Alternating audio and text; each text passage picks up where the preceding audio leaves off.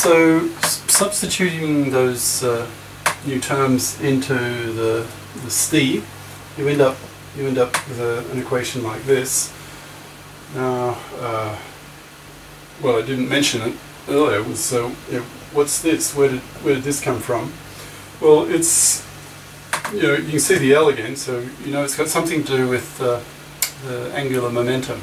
So this is probably an energy term related to angular momentum. So again, just wait until chapter 7. So this is another bit of a mystery for the moment. All right. Now we can make further assumptions. Let's assume we're trying to simplify the model so that we can solve the damn thing, right? Otherwise, things get too complicated to solve. That's often the way in applied mathematics. You make assumptions in simplifying your model so that the model becomes solvable. Common practice, right? Let's assume now that the potential is such that as r goes to infinity, this potential, its effect, its size, drops off to 0 faster than 1 over r. Okay.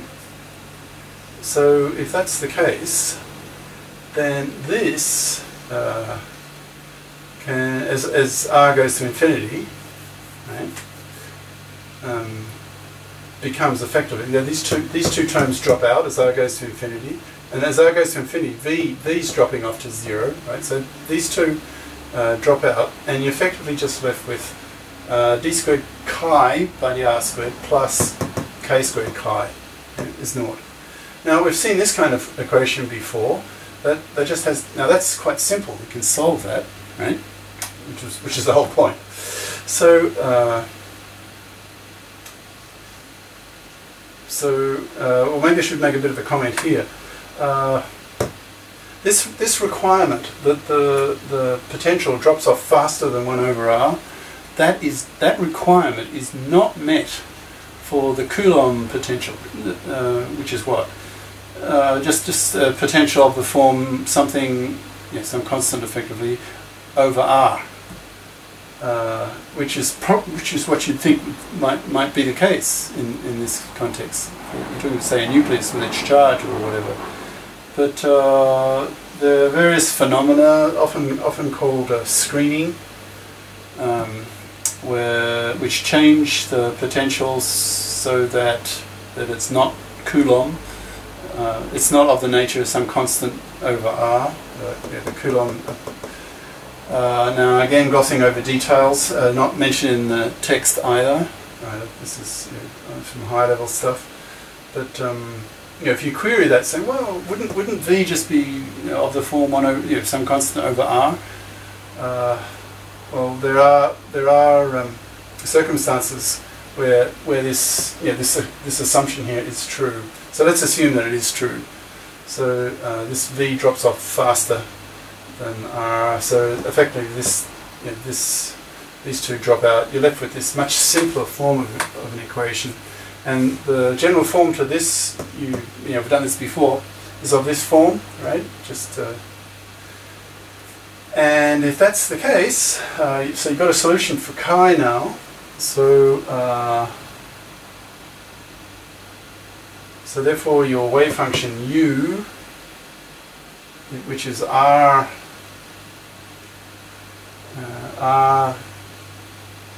big R. So this here is big R, right? And this is your P, your Legendre polynomials. Okay. So we assume well, in the previous session you can't see it. I can. You can't. U is big R P, right?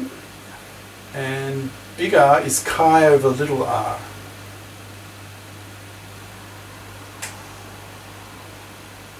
Now that's chi. Okay. Here it is here. There's your chi. Now chi over r is big R. So chi over little r is big R, and u was big R times p. So that means your u is of this form. Okay? Alright. Now the K here, if it's positive, let's assume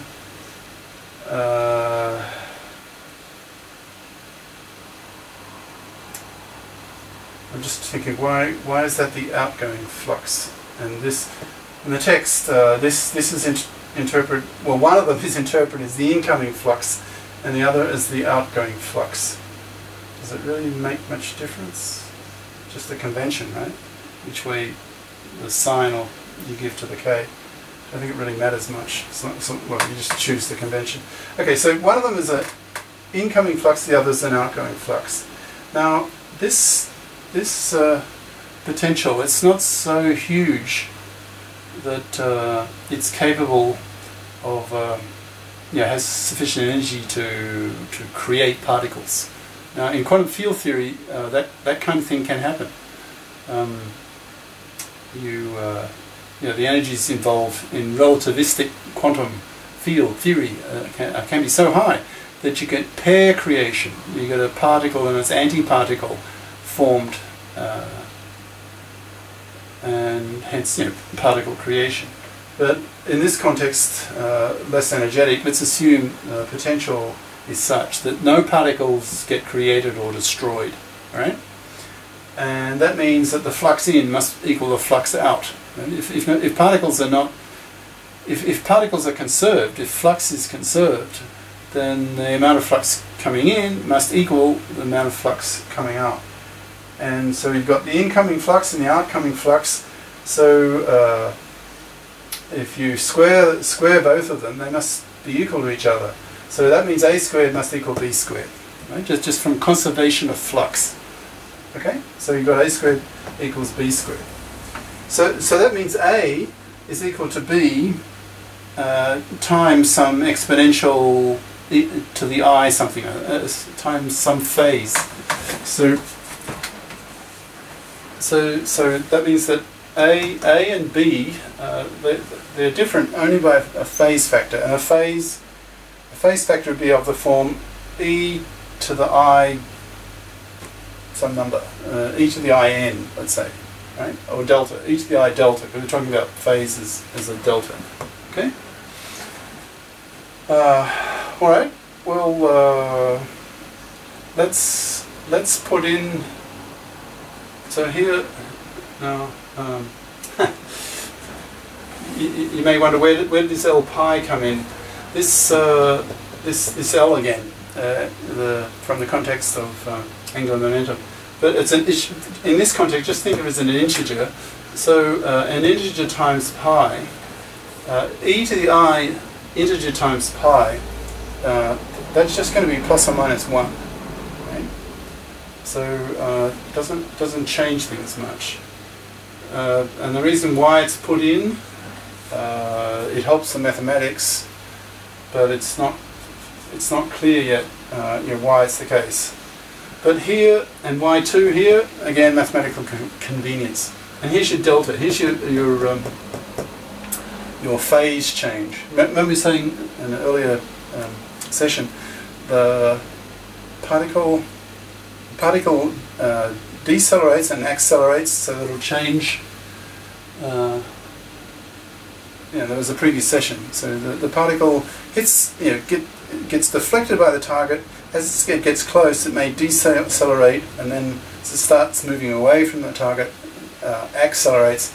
And that deceleration, acceleration may change the phase of the oscillation of the debris. Well, it's a wave, right? The debris wavicle has wave properties, so it's oscillating, and the phase of that oscillation may change due to the deceleration, acceleration, and that phase change, let's just call it D. Right? So if okay, well that would then be the outgoing. Oh, so maybe I got this wrong.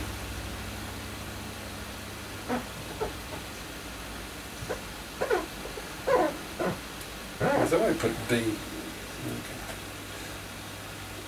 Okay. So maybe this should have been the other way around. It wasn't too clear to me. All right. Okay. Here's the delta here. So the phase change occurs for the outgoing particle. Okay. Now this L pi here, for mathematical convenience, it just, so e to the I L pi is just plus or minus 1, depending on which the integer L is odd or even. Okay, so we've now got the wave function in this form. Right? Now it's just stated here, again thrown at you, which is sort of rather frustrating. But you've now got a wave function, an eigenstate, if you like, from your Schrödinger equation. Now its allowed energies, here just given to you, the allowed energies corresponding to this wave function, this eigenstate, they're actually independent of this L, this L here. And so that means that you can, so if you, for those wave functions with the same value of k, that means you can add them, right? The Schrödinger equation is a linear equation, so if you have two different solutions of that Schrödinger equation, of a linear equation, say psi1 and psi2, then a linear combination of those two solutions, like alpha is just a number, beta also, so alpha psi1 plus beta psi2 is also a solution. So similar thing here.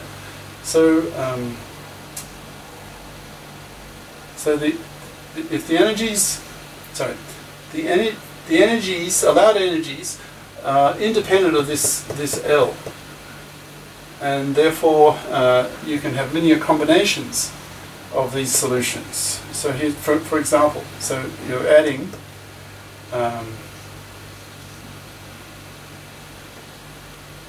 for different L's, right? Because the energies don't depend on L, right? It's an eigenvalue.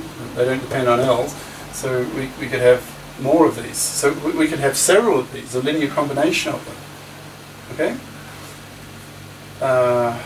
And that's also a solution to your Schrödinger equation, is here. Now there's a bit of a complication though, because if this is going to be a solution to our ST, we want it to be of this. No, wait a minute. You can't see it. So in the previous session, we assumed that the wave function was of the form an incoming plane wave of the form e to the ikz, and then an outgoing spherical wave e to the ikr times f of theta, all divided by r. So we now need to convert this into the form that I've just said, where the incoming wave is a plane wave. A wave in a plane, like a wave front. Okay. So, oh, here it is. So written in here. Sorry. Okay. So we want this to be of this form. Okay. Where this is incoming plane, a wave in a plane, like a wave front